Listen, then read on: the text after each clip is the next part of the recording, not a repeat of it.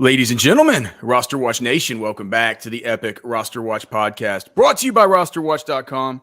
I'm Alex Dunlap, joined, of course, by Cody Carpentier and the Trashman, as we're here to discuss some zero running back draft strategy, 6 players to target with Cody's SEO title there in 2024 fantasy football. A lot to get to today. Thanks to everybody for tuning in. If you can remember to like the show, subscribe to the channel, we'd certainly appreciate that. If you're listening to this on Spotify, Apple Podcasts, I don't know, wherever it is that you're listening, if you guys could give us a good rating and a review, that would help us out as well. And another quick note, the Best Ball cheat sheet is going to be up to version 2.4. I had 2 different updates over the weekend, running a bunch of manual underdog drafts that my wife was certainly super happy about over the Mother's Day weekend. But yeah, I've Cody, it's interesting because I went over to Fantasy Pros, and that the draft wizard that we use to test the redraft cheat sheets in season. Well, they already have that thing up, right? And we won't start testing the redraft stuff until June.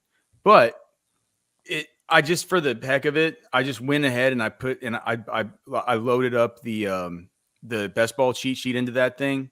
And I was just reminded how much different best ball is than season-long fantasy. If you were to use this cheat sheet in a standard redraft league, a standard seasonal league, you would, like, your first 10 picks would be wide receivers. And after that, you would pick like 5 quarterbacks, and tight ends. Like, you would not get a single running back.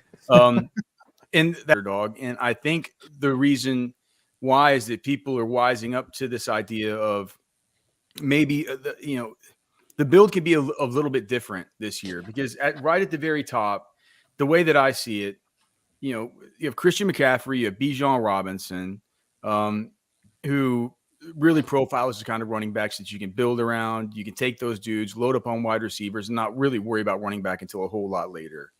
But if you're not in the position to get one of those guys, if you're not picking 101 through 106, is basically where you have to take them. And by the way, Cody, mark this down.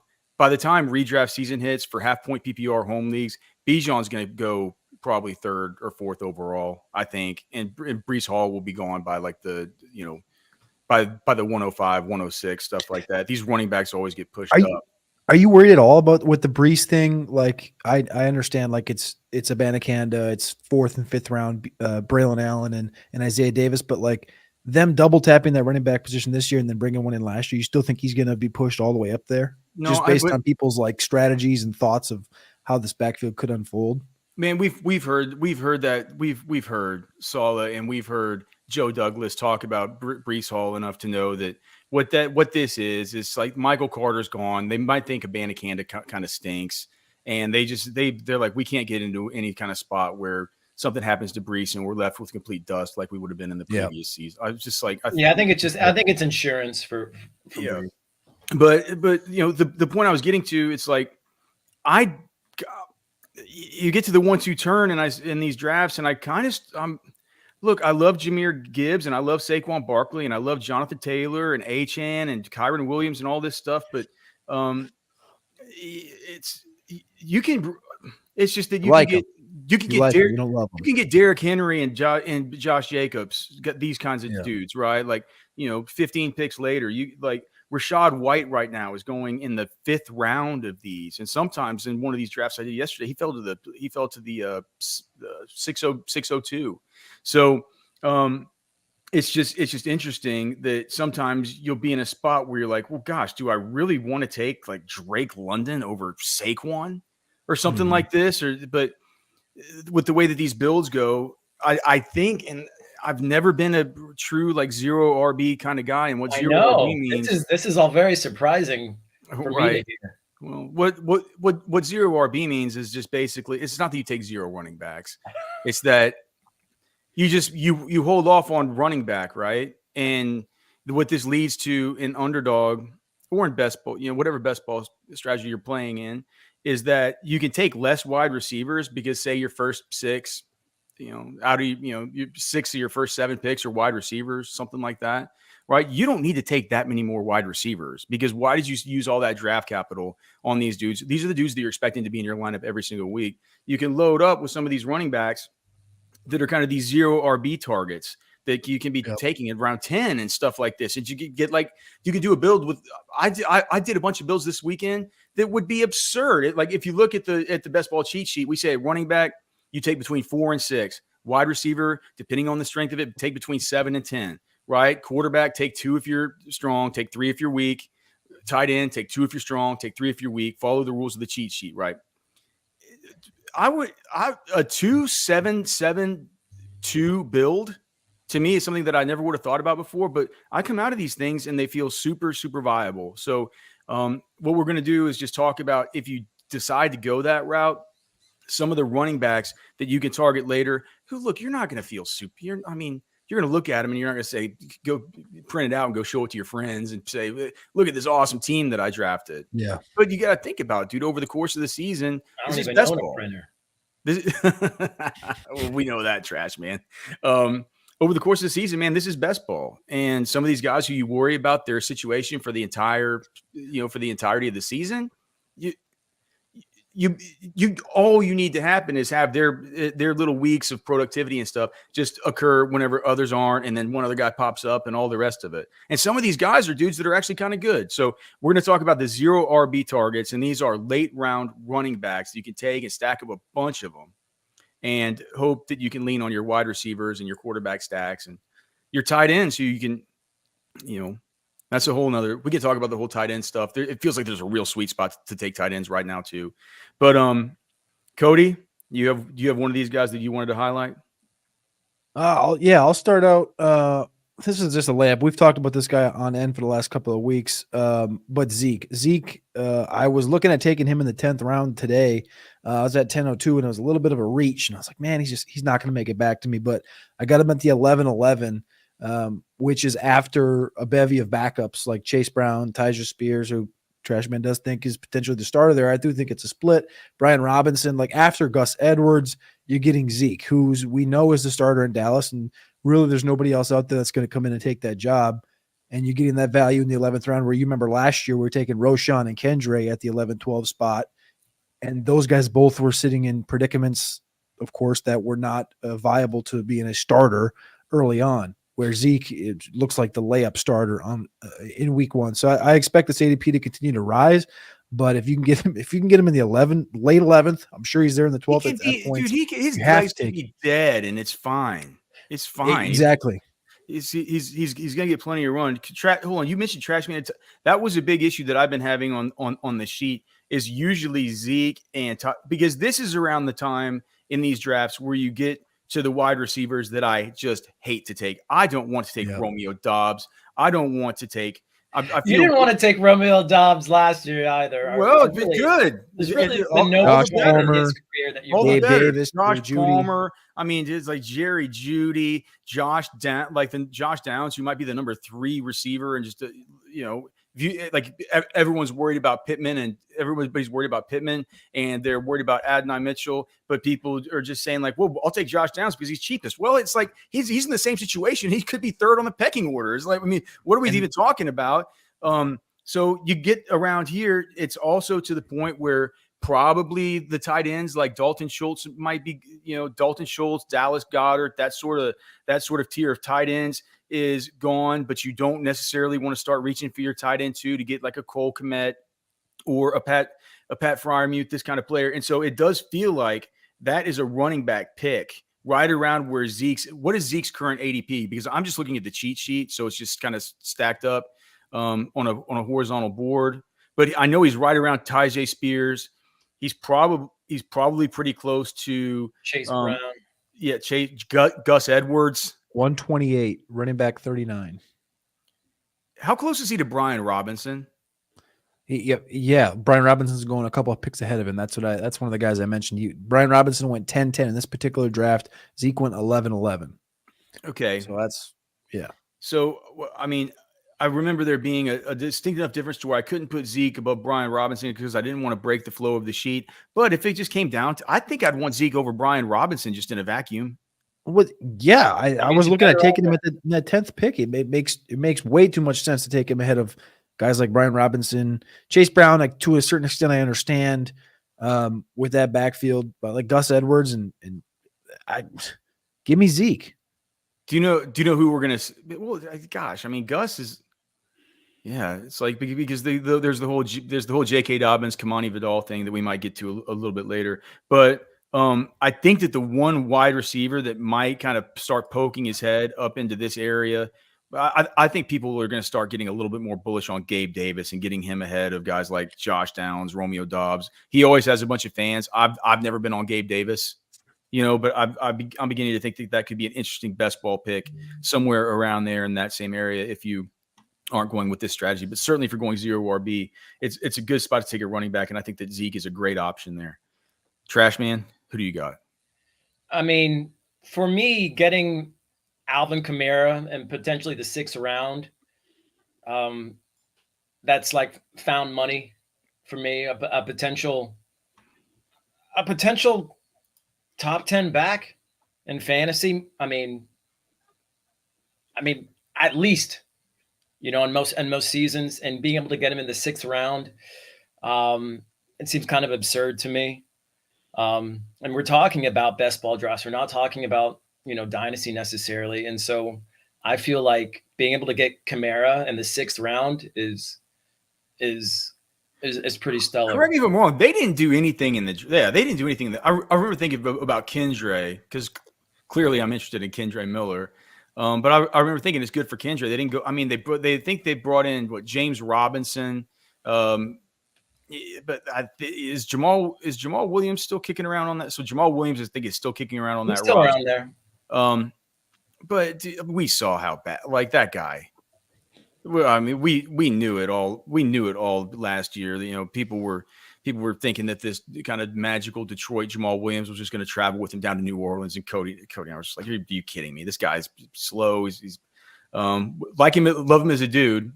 But yeah, I think it's certainly interesting. I think that Alvin Kamara certainly slowed down a little bit, but awesome skill set, great player. You could tell me there's not going to be some game where he goes off for 25 fantasy points a couple times and stuff like this. Probably be some games where he could let you down, but again, you're talking about a 6th round pick. So Alvin Kamara is one dude who, I think if you start out with something. Like, let's say you're picking at the 1-2 turn and you start out with, I don't know, AJ Brown and Garrett Wilson, right? And then with the next pick, you can go, Malik Neighbors and Stephon Diggs, right? And then you get down a little bit and you can get to like a Tank Dell. Well, at that point, you probably wouldn't want to. Yeah. Well, if you have Diggs. You can stack them. Well, yeah, but then instead of taking Kamara, Walker. you would have to take Stroud. Yeah, Stroud okay. if he fell. So that's not. So let's just say instead of Tank Dell, you get like T Higgins or something, or Pickens or something like this, right? If you start out like that and you take Alvin Kamara as your RB1. I feel fine. Like I'll focus on running backs, and I'll take 2 more receivers in this whole entire draft out of 18 picks. I'm fine with that kind of strategy. So that's why I'm thinking just like I hate 0 RB stuff. I don't think it's going to be viable for redraft. You're not going to be able to pull this off in redraft. And Underdog right now, there's a grip of these dudes. I'm going to go a little bit ahead of where, and so. This is kind of like a modified 0 RB kind of thing where it's where kind of like Trashman. Alvin Kamara is not a true 0 RB pick, right?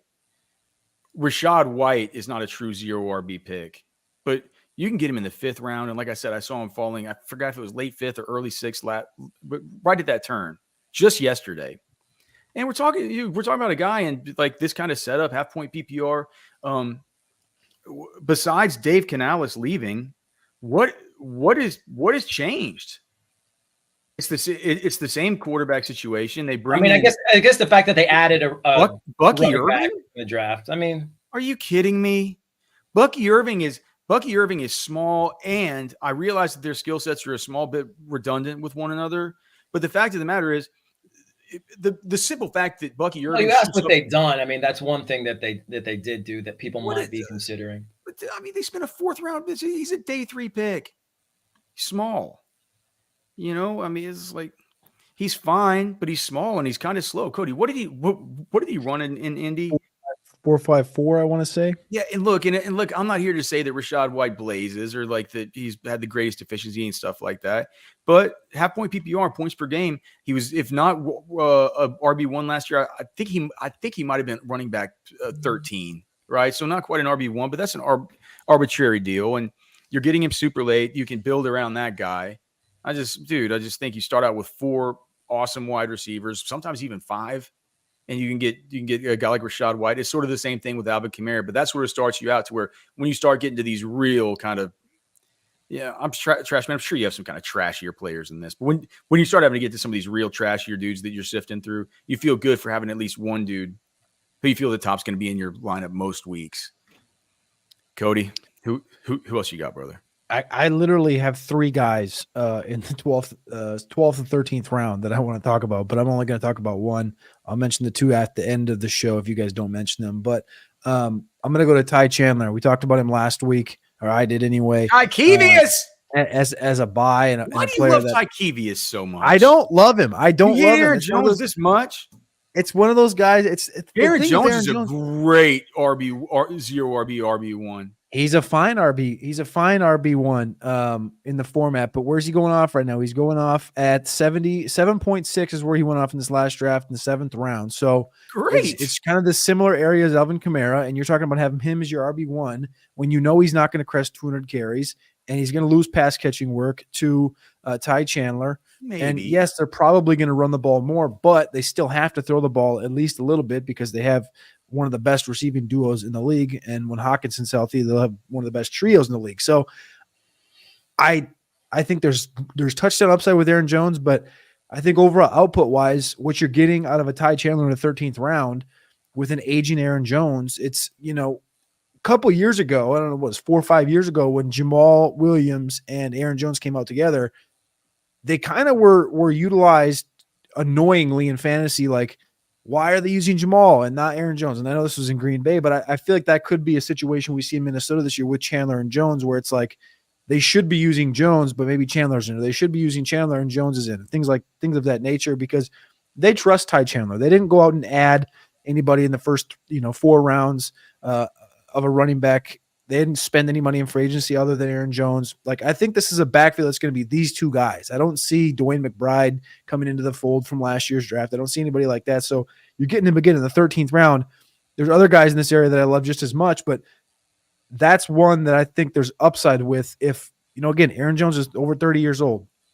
If something were to happen, God forsaken, Ty Chandler gets vaulted up into that RB1 spot in Minnesota. I think that's worth a lot. And when's the last time Aaron Jones played a full slate of games? No, it's best ball. It's best ball.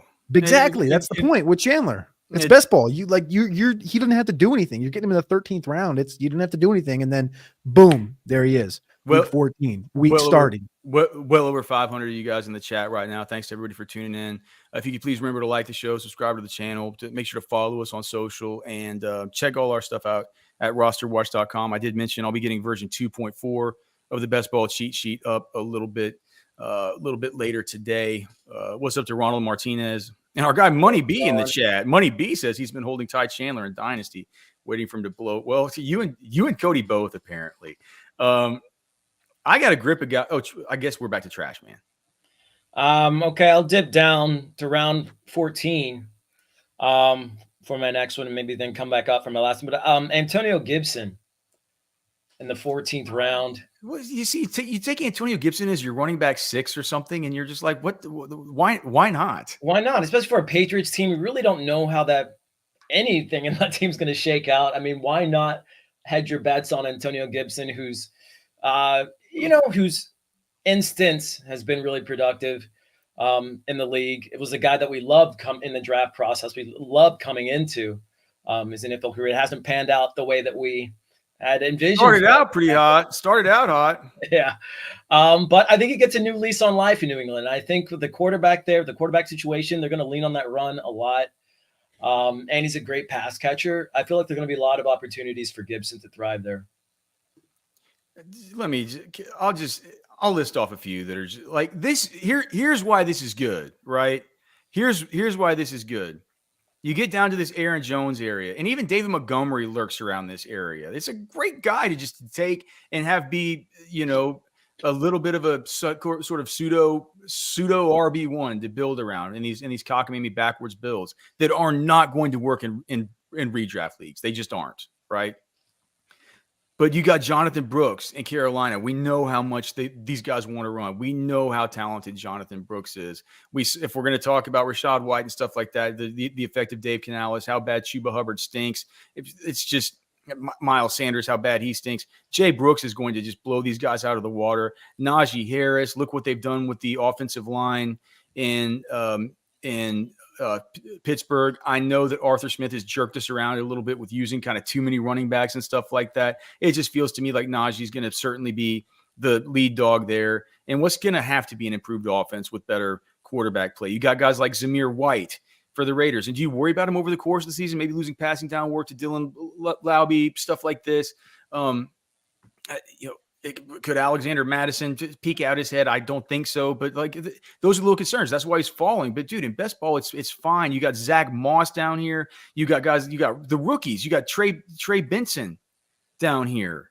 We talked about Zeke and all those guys. You can keep going down from there. Jalen Wright in Miami. Right. Yeah. I mean, he's going to pop off for big games. Kendre Miller, Ray Davis, Marshawn Lloyd. Yeah, just like there are too many interesting candidates. And then you can get all the way down to Deontay Foreman, who we talked about the other day. That's probably gonna end up in your lineup 4 or 5 times before Nick Chubb comes back. He is. Dude, are you telling me that you can't take Deontay Foreman as your RB6 or RB7? Cody, you're crazy. You go ahead and take I'm throwing Damian Pierce in there too. Well, see, I give the old neck thing to that. Okay, give me Tank Bigsby. Give me Tank. No, hold on. You're gonna poo poo. You're gonna poo poo Deontay Foreman, and you're gonna. I'm just saying, if running back, talking maybe running backs. Let me just throw Tank Bigsby in there. You want some Clyde? Even if ETN gets hurt, they're not going to play him. Even if ETN gets hurt, they're not going to play that guy. Cody, he's the worst running back I've ever seen. Did you watch last year? He's the worst player I've ever seen. Woof. Woof is exactly right. Woof. I mean, he's bad, man.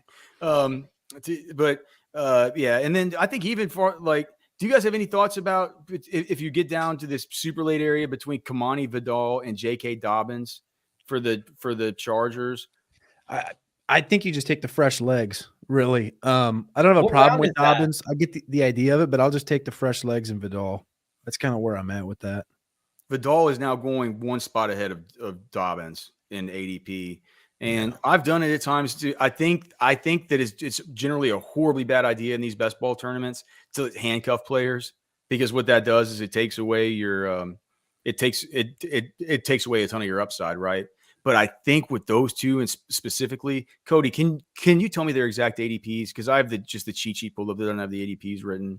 I think it's like Vidal is 160, running back number 40, 49, and Dobbins is running back 50, 165. So they're literally back. I think you can say that for James Cook and Ray Davis too. I'm not sure about that, because where you're taking James Cook, you don't want the insurance there, right? It's saying it's cheap insurance to buy, but that initial piece isn't very cheap to buy, right? You're buying that guy's an anchor. No, but you can get Davis in the 13th, 14th round. Yeah, but what I'm saying, are you drafting James Cook though? No, I'm not. He's running back 13. He's running back 13 overall in ADP right now. No, I'm not taking. If I'm taking a guy at running back 13 overall, I'm taking him in one of these tournaments to absolutely smash. And if he doesn't smash, and I got to use that little insurance piece, I'm not winning anyway. I just think for a best ball tournament, I think having those two guys, I think it covers a lot of ground there. I feel like it's not it's Trashman. It covers a lot of, but that's just cockamamie. That's just that's saying you take if you take, say, like, I'm trying to okay, Saquon Barkley and Will Shipley, right? It's bad because if Saquon Barkley goes down, your team's Your team's gonzo. dead. Yeah. So, like, why take Will Shipley? Take somebody else there, diversify a little bit. What I'm saying is, your team's not going to be gonzo if you take J.K. Dobbins and Kamani Vidal in back-to-back picks there, and whatever, 14th, 15th round or something like that. Yeah. Basically, for the cost of those last two, you're saying, oh, well, look, I know it's not optimal, and both these guys aren't going to go off, but no one's going to go off in that round unless you're the guy that picks this year's Kyron Williams or this year's Puka, right? So if you take those two, you can figure that, well, if Gus Edwards isn't the total lead dude there, right? Mm-hmm. And one of these dudes can really sort of establish himself, or something does happen to Gus, I have the chance here to where I now have that Chargers backfield locked up. And that backfield in particular is what I'm interested in, because what they've done with the offensive line, Harbaugh coming in, and the fact that we've seen the last time that he was in charge of a football team last year, the heart of that football team was a runner that kind of looks a little bit like these dudes. Would you be against taking Gus and Vidal, or is that because Gus is only running back 36? He's at 118, so he's not that incredibly much higher, but he's still running back 36. If you took Gus and Vidal instead of Vidal and Dobbins, I feel like I'm not taking Gus because I'm not taking Gus because if I'm in that spot, I'm taking Zeke. Getting that value there, I don't think there's that much of an advantage of taking Edwards over Dobbins to. Yeah, I'm talking. Well, the strategical thing would be saying that you're taking the two healthy guys, and that Dobbins is going to come in and he's going to get beat by Vidal because he's got more juice and he's going to take that role. Gus feels like his role is defined already. He's going to be in that backfield. He's going to be getting 150 to 175 carries. They're going to lean on Gus, and then whichever one of Vidal or Dobbins shows they have the juice and the ability out of the backfield to catch the football and move, they'll just be the complement. But that's why I'm saying if you take Gus, then you'll be able to use that same strategy, which is to not draft one of these guys in the first 8 rounds, and then have a back end handcuff, right, which is not exactly what you want to do. But like you said, it's a very peculiar situation where you don't always get. Yeah. It's a nuanced spot for best ball to say that handcuffing is okay, and I think that in a situation like that, I'd have to think more about the Gus thing. I'm not that interested in Gus Edwards for this situation, just because of where he goes and the other options available to me. But I think it's probably fine. We're just kind of talking about that when you think about this in this particular way, right? You don't always have to say that handcuffing is terrible in best ball. It is terrible if you like the whole Saquon Barkley, Will Shipley kind of thing. You guys have any more that you want to touch on before we bounce out of here? I mean, my favorite's probably Jerome Ford right now. I'm not That's like why you hate Deontay. Admit it, Jerome. I'm not. Ford, yeah, I'm not. I hate Jerome Ford. What a trash take. Get it out of here. Why? What's wrong with Jerome Ford? I mean, Jerome Ford wasn't even that good last year. And they're eventually getting Nick Chubb back. I feel like all those. I mean, I don't see the opportunity for Ford. So you're just gonna say, okay, we know Nick Chubb's gonna be 100%. Like that's just what you're just gonna. No, say, but Nick Chubb will be back to like 80% by the time it's like week 10 rolls around, and he's so much better than Jerome Ford that they're just not gonna play him. And Cody's gonna be in the corner, sucking his thumb, saying, "Wham, wham, wham! What happened? What happened to my special baby, my little tiny Jerome Ford?"